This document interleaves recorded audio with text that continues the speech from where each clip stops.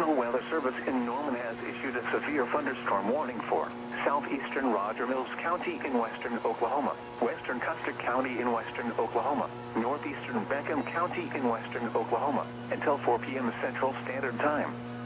At 3:11 p.m. Central Standard Time, a severe thunderstorm was located 7 miles south of Cheyenne, moving northeast at 35 miles an hour. Expected hazards include 60 miles an hour wind gusts and quarter-size hail.